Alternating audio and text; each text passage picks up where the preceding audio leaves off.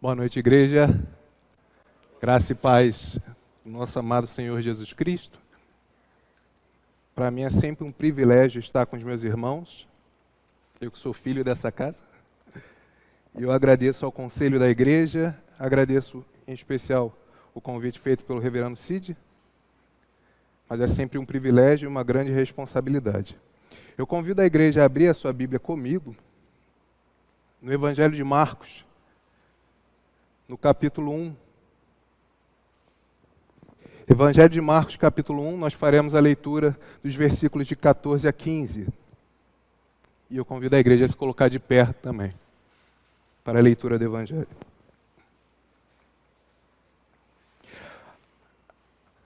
Texto do nosso calendário litúrgico, que eu creio que o Senhor tem a palavra dele para os nossos corações na noite de hoje. Assim diz a palavra do Senhor. Depois de João ter sido preso, foi Jesus para a Galileia, pregando o evangelho de Deus, dizendo: o tempo está cumprido, o reino de Deus está próximo, arrependei-vos e crede no evangelho. Os irmãos podem se assentar. Façamos uma oração uma vez mais. Santo Deus, é a tua palavra aberta diante de nós, é o teu povo aqui presente, Senhor, e é o teu servo. E o nosso desejo e oração neste momento, Pai, é que tu fales ao nosso coração, Pai. Nós precisamos, Pai, não apenas queremos, mas precisamos ouvir a tua voz. Então fala, Pai, fala que teus servos ouvem. É no nome de Cristo Jesus que nós oramos. Amém. Meus irmãos queridos, como já foi dito, nós estamos no período do calendário litúrgico, que é o período da Quaresma. Período este em que nós olhamos para dentro e começamos um movimento de reflexão. O calendário cristão ele é dividido em várias partes, e cada uma didaticamente tem o objetivo, a intenção de ensinar o nosso coração, de trabalhar liturgicamente, são hábitos litúrgicos, por assim dizer, para a nossa aula, período da Quaresma, e olhamos agora para o texto, um dos textos do nosso calendário, texto que lemos no dia de hoje, no culto de hoje, e que agora nos deteremos e tiraremos algumas lições. Neste momento, nós ainda estamos no primeiro capítulo do Evangelho de Marcos. E o Evangelho de Marcos ele é um tanto quanto interessante, porque ele parece uma sequência de filmes, de cenas, em que Marcos, muito rapidamente e sucintamente, ele vai nos apresentando, sem perda de tempo, por assim dizer, sem floreio, aquilo que é o Evangelho do Reino, o Evangelho de Deus. E aqui nos versículos 14 e 15, por mais que sejam 2 versículos, nós temos uma profundidade teológica imensa. Mas não apenas para alimentar a nossa mente, mas para aquecer o nosso coração e para mover as nossas vidas. A essa altura, o evangelista ele já apresentou aquele que é o preceptor, aquele que é o arauto do Messias. Ele começa o seu evangelho ali no capítulo 1, no início do capítulo, demonstrando a profecia de Isaías e mostrando como ela se cumpriu naquele tempo. João Batista, então, a voz do deserto, que prepara o caminho, ele é anunciado. E é interessante que, nessa descrição de preparar o caminho, essa voz que ressoa nos lugares ermos, que é o deserto, ela traz a ideia de que algo grandioso está para acontecer. Tal qual um rei, antes de passar pelas estradas de terra, vinha com seus arautos, acampando, aplainando aquele lugar, para que o rei fosse recebido. João, então, faz esse caminho de preparação, esse momento de tratar do coração do povo israelita, para que eles ouvissem a respeito daquele que haveria de vir, para que eles vissem o Cordeiro que tira o pecado do mundo. Mas é interessante que, no texto em que lemos, no versículo 14, logo tomamos a notícia de que esse arauto do rei, ele foi aprisionado. E tal qual o nosso querido presbítero falou a respeito de nós, não é de hoje que as relações políticas, muitas vezes elas se entremeiam no seio do que é o povo de Deus. Aqui neste momento, a causa da prisão de João Batista foi justamente a denúncia que esse profeta fez a respeito de Herodes. E talvez eu e você possamos pensar, mas se é um momento drástico e trágico, por que a ida do nosso Senhor Jesus Cristo para a Galileia? E por que, quando olhamos os outros evangelhos, ele vai repetir praticamente a mesma mensagem? Se a mensagem do preceptor, do arauto, foi o que lançou ele na cadeia, por que o nosso Senhor Jesus Cristo faz questão de repetir ipsiliter a mesma mensagem? Fato é que, muitas vezes, a gente lê o momento atual com as lentes erradas. Mas a gente vai desenvolver isso um pouco mais. João é preso e Jesus vai para a Galileia. E é interessante que o ministério de Jesus não começa na Galileia. Os outros evangelhos deixam isso claro. Mas há um momento, um passo distintivo no ministério de Jesus. Na Galileia, a chamada Galileia dos gentios. Nós sabemos que o nosso Senhor Jesus Cristo, ele sempre priorizou o povo israelita, o povo de Deus, o povo da aliança, do pacto. Mas é tão interessante quando a gente vê que a grande comissão, no fim do evangelho, que é apresentado lá em capítulos depois, ela já dá seus primeiros indícios de que não apenas o povo que já pertence ao pacto, mas todo aquele que se arrepender e crer, é feito filho de Deus. Jesus, então, vai para a Galileia, nesse momento político, social conturbado, e começa a pregar o Evangelho de Deus. O Evangelho de Deus. Evangelho, as boas novas. E às vezes a gente não percebe a dimensão do que esse termo traz consigo. Até porque não é a nossa língua original. Evangelho, ele tinha praticamente duas ideias. A primeira delas é quando você tem povos em batalha e a vitória de um sobre o outro, e então vem um mensageiro correndo, avisando: nós vencemos. É a boa nova de vitória. Mas também há um outro sentido interessante, e aqui os dois casam perfeitamente na descrição do evangelista.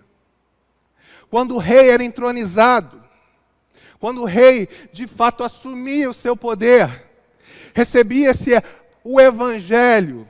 O rei assentou no trono, há um rei reinando. O evangelho do rei. Quando nosso Senhor Jesus Cristo, então, começa a anunciar, a proclamar o evangelho do reino, é interessante que esse evangelho, ele é manifestado, ele é proclamado, anunciado, em meio a outros atos.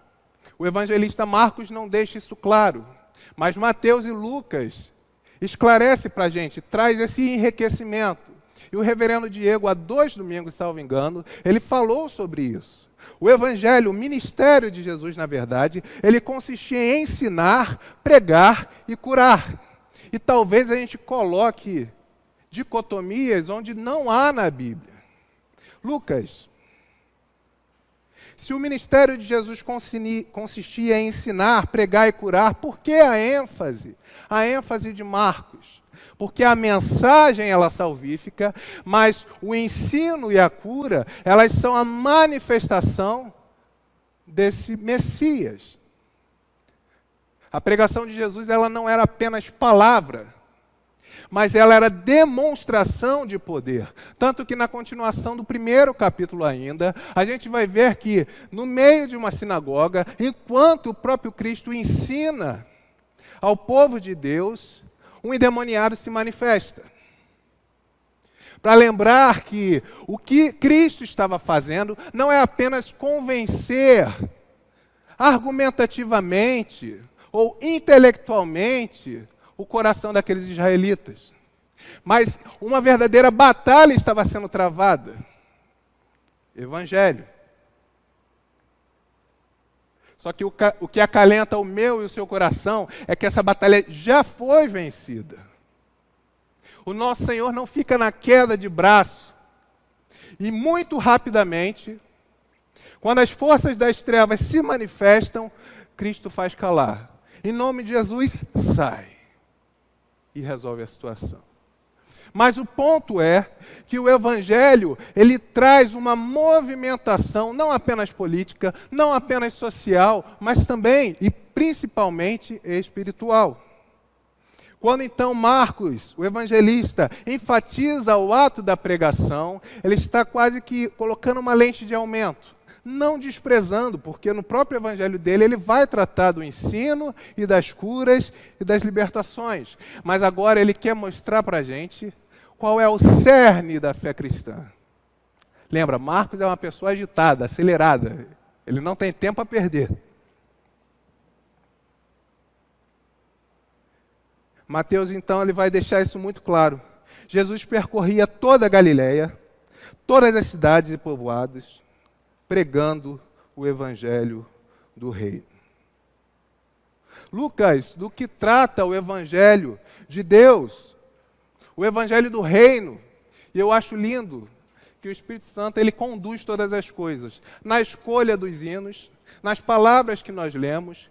Quantas vezes nós cantamos hoje a respeito do Deus que é Deus de promessa e Deus que cumpre as promessas? O Evangelho do Reino é o anúncio do cumprimento das promessas que Deus havia feito.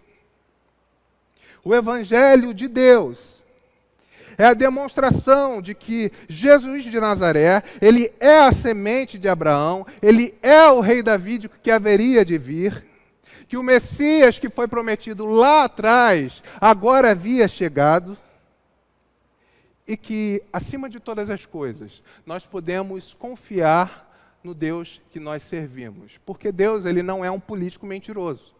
Deus, ele não promete e deixa de cumprir.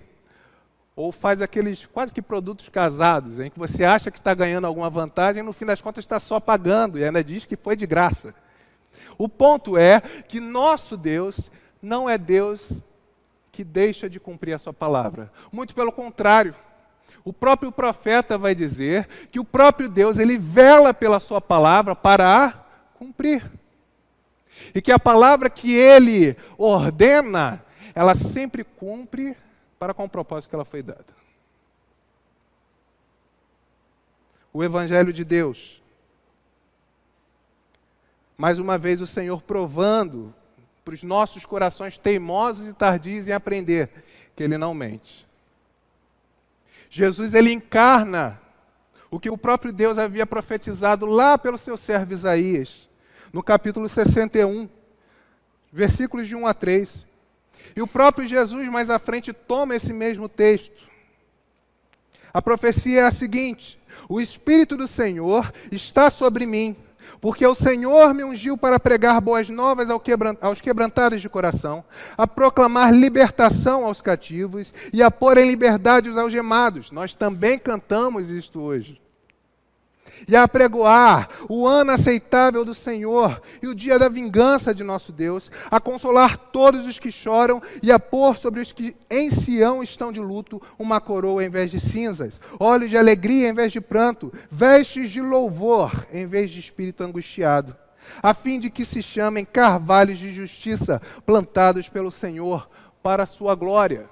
O próprio Cristo, abrindo as Escrituras na sinagoga, lê esse texto e informa a sua audiência que havia se cumprido. O Evangelho que liberta, o Evangelho que consola, é o Evangelho de Deus. Pregação do Evangelho de Deus. É isso que Jesus estava fazendo. Mas o que é pregar? Parece besteira a gente parar para analisar isso. A pregação é o anúncio formal e oficial de uma mensagem. É a proclamação de uma mensagem de forma pública e ampla. Ou seja, Jesus não estava escondido, Jesus não estava enfurnado em alguma casinha, em alguma salinha estudando livros. Isso é muito bom, meus irmãos. Mas o ponto é que o Evangelho precisa ser proclamado. E quando Jesus vem, ele não se dá o trabalho de ficar sentado, aguardando. Ele vai em direção, como lemos, a Galileia, a todas as cidades e povoados, anunciando, proclamando o Evangelho de Deus. A boa notícia, a novidade que traz alegria ao meu e ao seu coração. A mensagem que nos dá felicidade. A proclamação do Evangelho de Deus, então, feita por Jesus, era a proclamação das boas novas de que o reino de Deus é iminente. Era o anúncio que os propósitos soberanos de Deus na história estão sendo finalmente concretizados. Agora não apenas sobre o que virá, mas o que já está acontecendo. Era isso que Jesus anunciava. E aí no versículo 15, ele vem dizendo, o tempo está cumprido. E é interessante, meus irmãos, porque estremece o meu coração isso. Jesus muitas vezes fala, olhe para os céus. Vocês quando olham aos céus, vocês sabem quando vai chover. Quase como dizendo, vocês têm essa capacidade de perceber. E como hoje e sempre, o povo de Deus parece que não lê o tempo da maneira correta. Se olhássemos para o contexto político, falaríamos para Jesus, Jesus não prega isso não. João Batista foi preso. Não anuncia arrependimento e fé no Evangelho. Já fizeram isso e não deu muito certo. Mas o Cristo, ele está dizendo que o tempo está cumprido. E não faz outra coisa a não ser anunciar este Evangelho de Deus que não pode ser calado. O cumprimento do tempo presente naquele momento indicava esse momento mais alto da história. Aquele momento que foi visto por profetas e aguardado. Aquele momento onde todas as coisas convergiam. Como assim, Lucas? O momento mais alto. Roma está dominando o nosso povo. Nós estamos debaixo de servidão. Jesus, quem é esse cara? Pode vir alguma coisa boa de Nazaré? Da Galileia? É um rei, mas nasce em meio a animais? Quem é essa pessoa? O tempo está cumprido. O momento em que as grandes promessas de Deus, feitas no passado, para a redenção do seu povo, agora estão se realizando.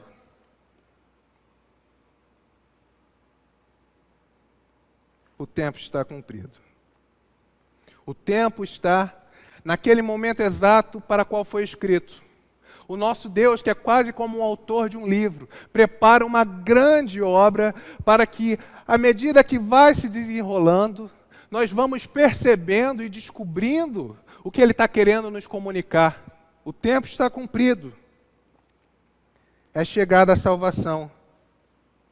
E como nós precisamos, meus irmãos, da sabedoria dada por Deus, de Simeão, que olhou a criança e falou, Senhor, o Senhor pode me despedir em paz. Os meus olhos já viram o cumprimento da tua promessa. Como nós precisamos hoje de pedir a Deus, Senhor, dar-nos olhos para ver o que o Senhor está fazendo hoje na história, para que eu não leia de forma truncada, para que eu veja como o Senhor vê. O apóstolo Paulo ele vai dizer algo parecido, lá em sua epístola aos Gálatas, no capítulo 4, versículo 4. Vindo, porém, à plenitude do tempo, essa mesma ideia de que a história ela foi programada, escrita, dirigida para aquele momento exato, Deus enviou o seu Filho, nascido de mulher, nascido sob a lei, para resgatar. Mas não apenas o tempo está cumprido, mas o reino de Deus está próximo. E às vezes a gente lê coisas nas Escrituras que parecem um tanto quanto abstratas. Que início de pregação, o tempo está cumprido, o reino está próximo. Parece que não diz nada. E aí nós precisamos escavar mais um pouco, a palavra do Senhor. O reino ou o reinado de Deus, ele é simplesmente um dos assuntos que mais passa por toda a palavra de Deus. O próprio Senhor, não apenas na lei, não apenas nos livros proféticos, mas até mesmo no Salmo, sempre é retratado como rei. Eu sei que a gente lê o Salmo 23, olhando só para a figura do pastor, mas a própria figura do pastor, ela em si representa a figura de um líder, de um rei, daquele que conduz o seu povo. O reino, ou o reinado de Deus, então, ele é aquilo que os profetas profetizavam, desculpa a redundância, e também pelo que eles aguardavam, que é Deus demonstrando a sua soberania na redenção do seu povo e na destruição dos seus inimigos. Mas Lucas, Deus tem inimigos? Deus tem inimigos.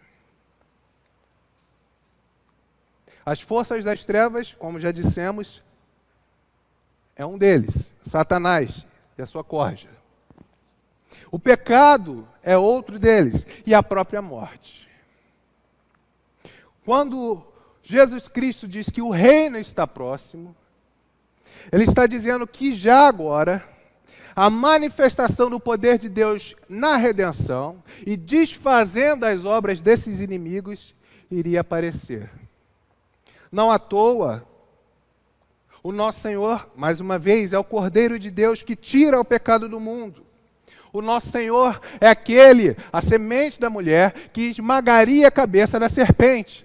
O nosso Senhor, como cantamos, e como Maria e Marta ouviram, é aquele que até mesmo quem crê e morrer há de ressuscitar.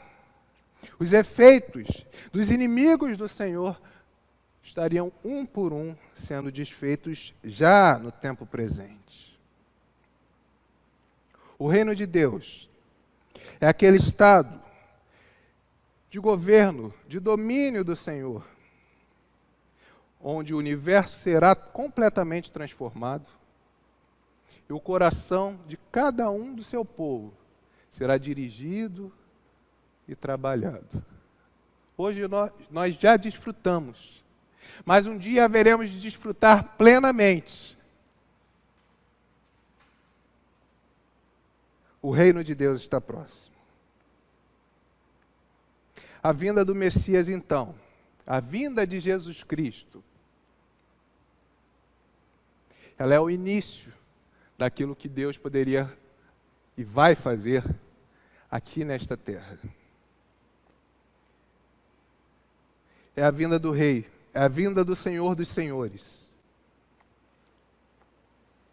Jesus de Nazaré, então, ele inaugura o reino de Deus na terra. Jesus de Nazaré, o Cristo, ele proclama que o tempo de espera havia se encerrado, havia chegado ao fim. A boa notícia é que o próprio rei veio. E é interessante que o evangelista Billy Graham, ele vai dizer que o maior dia da história humana não é quando o homem pisa a lua, mas quando Deus pisa esta terra. Quando o próprio Deus encarna e pisa no chão que eu e você pisamos. O reino de Deus, como o próprio Jesus disse, já está entre nós. E diante dessa percepção, essa leitura correta do tempo presente, e diante do fato de que o reino de Deus está próximo, qual é a resposta que o nosso Senhor Jesus Cristo demanda de cada um de nós? Arrependimento e fé. Meus irmãos, o termo arrependimento, ele várias vezes no Antigo Testamento é retratado como tornar a Deus, se voltar para Ele. E Deus, repetidas vezes, vez após vez, conclama o seu povo: voltem-se para mim, tornem para mim. É olhar de volta para a aliança, é aguardar de forma digna e obediente na fidelidade da aliança do próprio Deus. O chamado, então, ao arrependimento é oferecido primeiramente aos israelitas. E isso que é surpreendente. O que te faz estar na aliança no Antigo Testamento? Nascer, simplesmente. Se você é homem, você era circuncidado, passava por uma pequena cirurgia no 8º dia, mas você já era do povo de Deus. O que você fez para estar no povo de Deus? Absolutamente nada. Você nascia. E é interessante que aqueles que estavam fora da aliança, ou seja, os gentios, eles poderiam adentrar. E passavam sim pelos rituais de purificação. Só que, da mesma forma que João Batista anunciou, o próprio Jesus Cristo ele está falando de outro momento da história. Na plenitude do tempo, parece se desenrolar, na verdade se desenrola, o que viria a ser instituído na nova aliança, na ceia do Senhor. E o que se demanda daqueles que querem caminhar com Deus agora, não é nascer, não é a etnia, não é a marca no corpo, mas é arrependimento e fé. E não apenas o gentio agora, aquele que não tem a aliança de Deus, que não sabe nada de Bíblia, mas não, qualquer um que ouvisse a voz do bom pastor, adentraria na aliança de Deus. O que não é arrependimento, meus irmãos, que não é aquilo que o próprio Jesus está enfatizando aqui. Não é tristeza apenas, não é autopunição, não é depressão, não é você pegar um chicote e ficar se esbofeteando. Não é disso que Jesus está falando aqui. Não é apenas uma conformidade externa, porque isso os religiosos da época já faziam muito bem. Eles liam tudo o que tinham que ler, eles guardavam o que precisavam guardar, eles comiam o que deveria ser comido, eles não comiam aquilo que não podia. Conformidade externa. Mas Jesus ele está tratando do coração do seu povo. Como o profeta lá atrás vai dizer, que o Senhor escreveria em nossos corações a sua própria lei. É algo interno que se manifesta externamente. Obviamente, meus irmãos, e a Bíblia ela demonstra várias vezes, o arrependimento traz sim tristeza. Quantas vezes nós lemos, por exemplo, o relato daquela mulher que se lança aos pés de Jesus e de tanto choro consegue lavar os pés com suas lágrimas. Tristeza, mas não é apenas isso. Arrependimento é uma mudança de mente, é uma transformação profunda. Literalmente, se eu estava pendendo para um lado, agora eu pendo para o outro. Arrependimento. É uma conversão total do pecado para Cristo. Se é necessário arrependimento, irmão, é porque algo de errado não está certo. Algo que não deveria ser feito, foi feito. E aqui vem a beleza do Evangelho do Senhor. Quando Jesus anuncia o Evangelho de Deus, Ele não conta que eu e você arrumemos a nossa vida para começar a servi-lo. Ele não faz, se ajeita aí, toma um banho melhorzinho, deixa a barba de reformado, se fosse na Assembleia era sem barba, né? Aqui é com barba. Não, não é algo que você possa fazer. Na verdade, seria muito estranho se mortos respondessem ao chamado de Deus para se arrepender. Porque esse é o nosso estado natural. Os nossos primeiros pais pecaram, e agora o que nós temos, enquanto não cremos no Evangelho de Deus, é alienação total de Deus. É muito simples. Eu sempre chamo, Davi, vem aqui. Eu fazia isso na escola dominical com eles, e eu vou fazer aqui mais uma vez. Davi é Adão. A partir do momento em que a desobediência ela é consumada pelo ato de comer, Adão ele se afasta de Deus. E entre Deus e o homem, entre Deus e a humanidade, entre Deus e eu e você antes de Cristo, não há nenhuma possibilidade de relacionamento. Nós perdemos o que de mais precioso nós tínhamos, que era andar com Deus dia após dia, encontrar com Ele, estar em comunhão com Ele. Mas quando o Espírito Santo atua no coração da pessoa, quando Deus, o próprio Deus, regenera o coração do homem, aí sim nós podemos nos arrepender. Obrigado.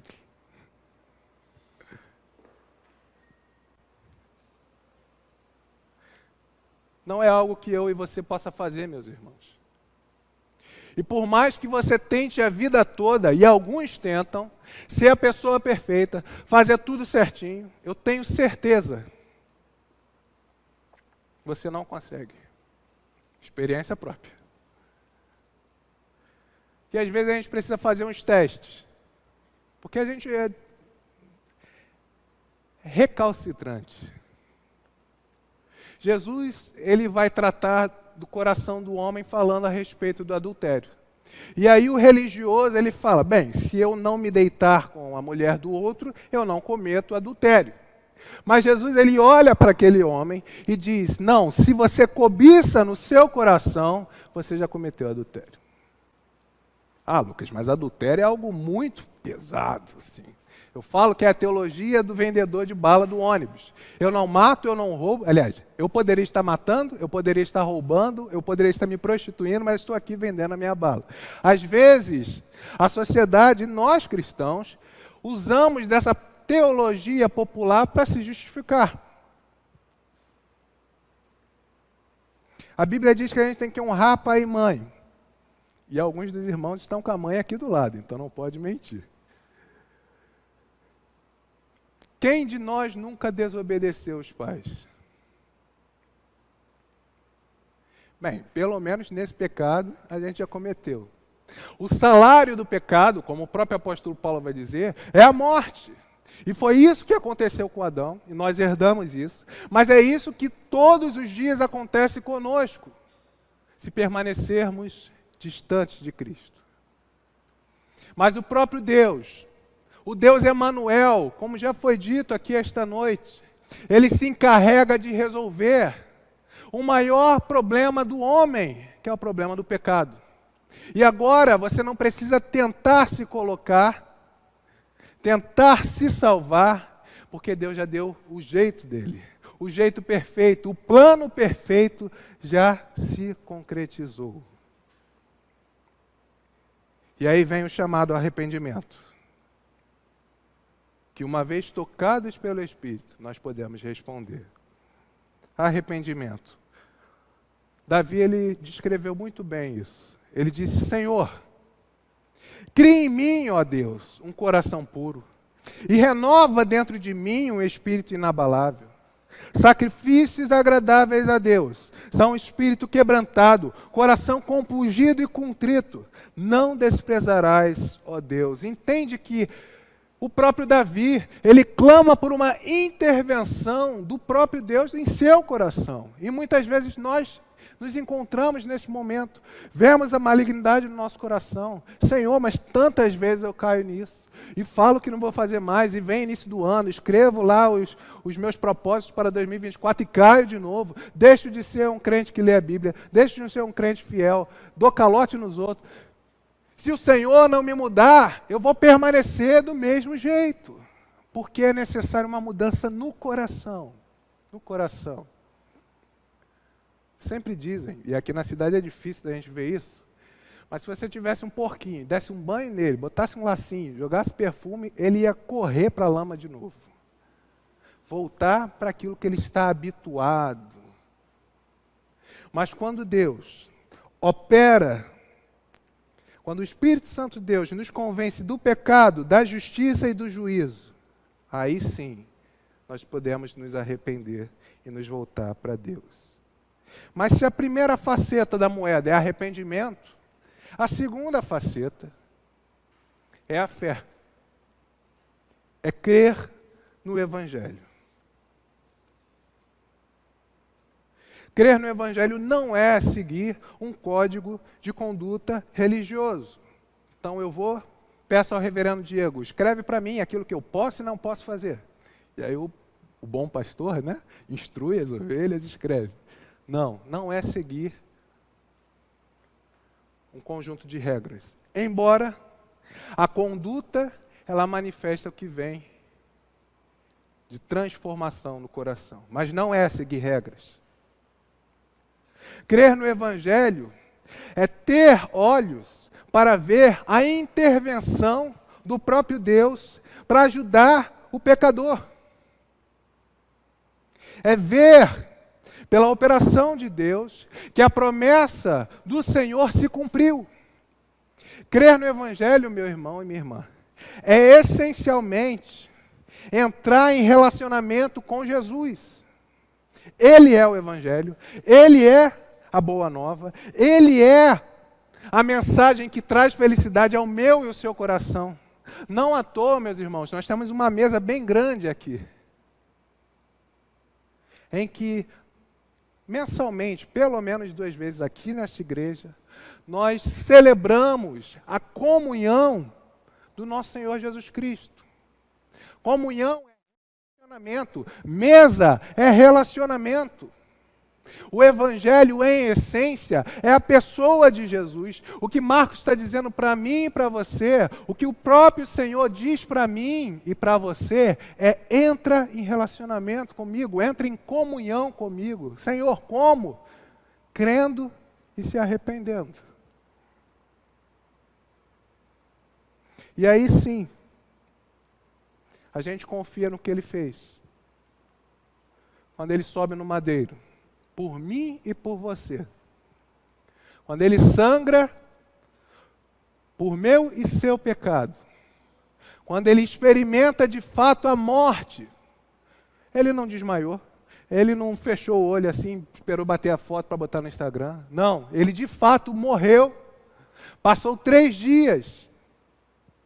Mas Ele ressuscita. E a obra dele, que Ele fez naquele madeiro, cruento, ela é vindicada. A obra de salvação é manifestada para todo aquele que agora olha e crê no Cordeiro que foi morto. Relacionamento que implica ter o Senhor Jesus como nosso Salvador e Senhor. E aí a gente passa, como todo relacionamento gera isso, a começar a ser parecido com aquele que a gente está junto. É interessante, uma vez eu estava lendo sobre casamento, que havia um irlandês e uma japonesa e eles se casam. E aí a disputa é, a gente sempre acha que o casal ele começa a se parecer muito com os outros. E às vezes quase são irmãos, fisionomicamente, porque o jeito passa para o outro. Será que um japonês e um irlandês teriam os mesmos jeitos, o mesmo riso? E é sim, a resposta é sim. Porque no relacionamento, você passa a aprender com o outro. E é isso que Jesus está dizendo para mim e para você. Que Ele quer comunhão comigo e contigo. Arrependimento, meus irmãos, não é apenas para coisa de não cristão. Arrependimento e fé é a nossa decisão diária.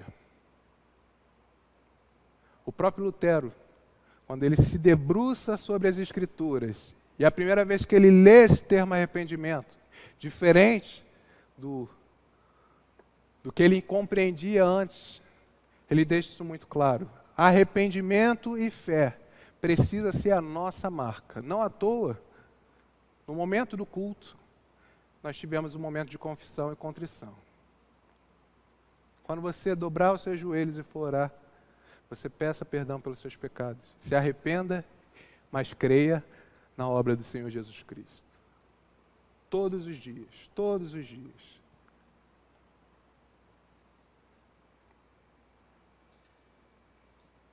O Evangelho do Reino. E aí, meus irmãos, é o que fica para mim e para você. Eu não sei se tem alguém não crente aqui, que nunca ouviu o Evangelho de Jesus. Se você não fez isso ainda, o tempo é hoje. É hoje. Se há alguém na internet que ainda não fez isso, o tempo é hoje. Mas para mim e para você que já tomou essa decisão de entrar em comunhão com Jesus, nos méritos dele, descansando na obra dele, não é tentando acertar, é descansando, confiando no que ele fez. Que essa palavra seja um ânimo para você, Um renovar de alianças mesmo. Senhor, quantas vezes eu tenho falhado contigo? Quantas vezes eu tenho chorado um pouquinho e achado que isso é arrependimento? Mas eu quero entrar em comunhão contigo. É maravilhoso que este ano vocês estão promovendo a leitura anual da Bíblia. Ler a Bíblia toda no ano de 2024. Isso é bênção, meus irmãos. Porque nós precisamos estar em comunhão com o nosso Senhor. Orando. Lendo e aplicando. Não dá para domingo após domingo nós ouvirmos e não praticarmos. Estar em comunhão com o nosso Deus. Essa é a mensagem de Cristo. Essa é a mensagem que a gente lembra na Quaresma. Mas, mais importante, é a mensagem do nosso Senhor Jesus Cristo. Arrependimento e fé. E todos aqueles que foram até Ele, arrependidos e crendo, encontraram salvação. Amém? Vamos orar uma vez mais. Santo Deus, nós te bendizemos, Pai, porque o Senhor proveu o caminho perfeito. O Senhor fez o que não poderíamos fazer, Senhor. O Senhor veio até nós, Pai, onde quer que estivéssemos, nos tomou pela mão, nos colocou sobre a rocha, que é Jesus Cristo, nosso Senhor, e hoje nós podemos desfrutar de comunhão contigo, Pai. Pai amado santo, que seu evangelho do reino seja proclamado por nós também, Senhor, sempre nesta igreja, Pai, nas ruas, nas praças, Pai, porque não há coisa melhor, não há amigo melhor do que o Senhor. E nós queremos estar em comunhão sempre contigo, Pai. Que nesse período de Quaresma, Pai, sempre nos lembremos, Pai, que precisamos sempre exercer o arrependimento e a fé no Senhor Jesus Cristo. Que a nossa boca proclame essa mensagem do reino, Pai, esse evangelho de Deus. E que nós possamos ver, Pai, o teu agir, como já temos visto em nossas vidas. É no nome de Cristo Jesus que nós oramos, Pai. Amém.